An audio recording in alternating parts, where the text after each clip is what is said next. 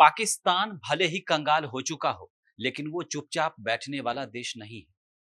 उसे बार-बार किसी न किसी चीज़ में इन्वॉल्व होने में अच्छा लगता है। अब हाल ही में आप देखिए कि पाकिस्तान ने तालिबान पर हमला कर दिया, एयर स्ट्राइक कर दिया। उसने दावा किया कि हमने एयर स्ट्राइक किया और जो मतलब कट्टरपंथी थे, आतंकी थे, उन पे हमला कर दिया और उसमें 40 से ज़्यादा लोगों की मौत हुई थी। तालिबान सरकार ने इस बात को कहा भी था और 40 से ज़्यादा मौत में आम नागरिक भी की भी जान गई।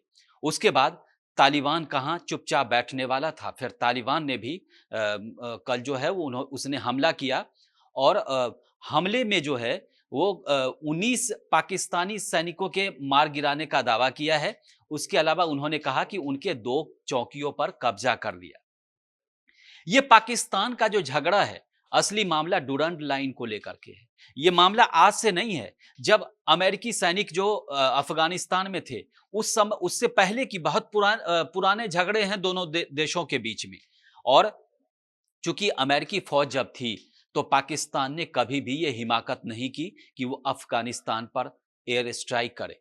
लेकिन कहीं न कहीं पाकिस्तान की ये सोच रहती है कि अफ़गानिस्तान पर हमला करके वो दुनिया को दिखाना चाहता है कि वो भी ताकतवर देश है। हालाँकि खाने को पैसे नहीं हैं और जहाँ भी जाता है कटोरा लेकर जाता है पाकिस्तान। बावजूद इसके वो अफ़गानिस्तान पर लगातार जो है अपनी नज़र बनाता है। अभी डूरंड लाइन को लेकर के हुआ, लेकिन पाकिस्तान ने एयर स्ट्राइक किए, तो जवाब में क्या मिला कि 19 सैनिक उनके मार दिए गए। ये तालिबान का दावा है और उन्होंने ये भी कहा है कि हमने 2 चौकियों पर कब्ज़ा भी कर लिया। वो आगे की भी प्लानिंग कर रहे हैं। तालिबान का ये कहना है कि वो चौकी से आगे भी बढ़ने की जो डुरंड लाइन है उससे आगे बढ़ने की भी प्लानिंग कर रहे हैं। तो तालिबान भी चुप बैठने वाला नहीं है, हथियार की उसके पास भी कमी नहीं है और कुछ मामलों में तो अमेरिका से बेहतर हथियार उसके पास हैं, क्योंकि ज़्यादातर ये वो हथियार हैं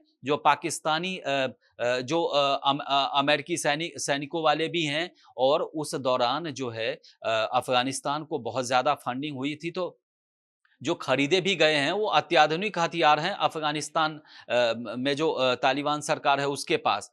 तो पाकिस्तान को इस बार तो मुँह की खानी पड़ी और हमले के बदला हमला हुआ है। 2 चौकी पर भी कब्ज़ा करने का दावा है। लेकिन इन सब के बीच आखिर आखिर ये पाकिस्तान खामोशी से क्यों नहीं रहना चाहता? इसीलिए कि उसको दुनिया को दिखाना है कि अब वो भी ताकतवर है, वो किसी से कम नहीं है।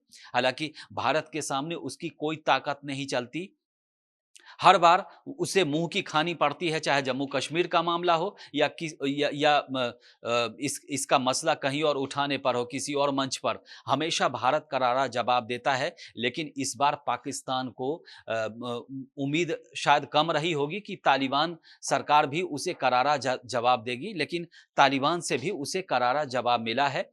डुरंड जो लाइन है उसका विवाद जो है वर्षों पुराना है, आज का नहीं है। दरअसल अफ़गानिस्तान की सरकार जो है डुरंड रेखा को दोनों देशों के बीच विभाजन रेखा नहीं मानती है और इसे काल्पनिक रेखा कहकर संबोधित करती है। तालिबान भी पाकिस्तान के अंदर के क्षेत्र को अफ़गानिस्तान का ही हिस्सा मानता है। दोनों देशों के बीच सीमा रेखा को लेकर कई झड़पें हो चुकी हैं। इससे पहले भी 2-3 साल पहले भी इसको लेकर के दोनों देशों के बीच झड़प हुई थी।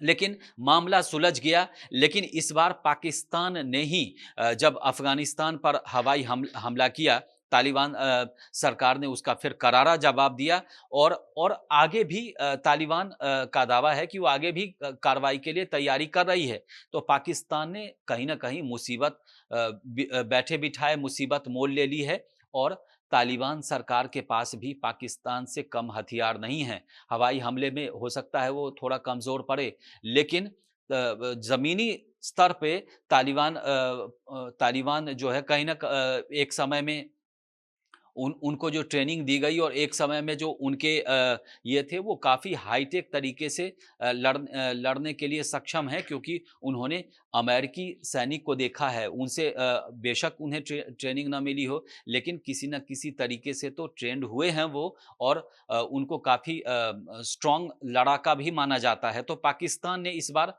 मुसीबत मोल ले ली है और तालिबान से पंगा उसे आसान नहीं पड़ने वाला है। इस वीडियो में फिलहाल इतना ही। देश और दुनिया की ताज़ा तरीन खबरों के लिए देखते रहिए भारत एक्सप्रेस डिजिटल। नमस्कार।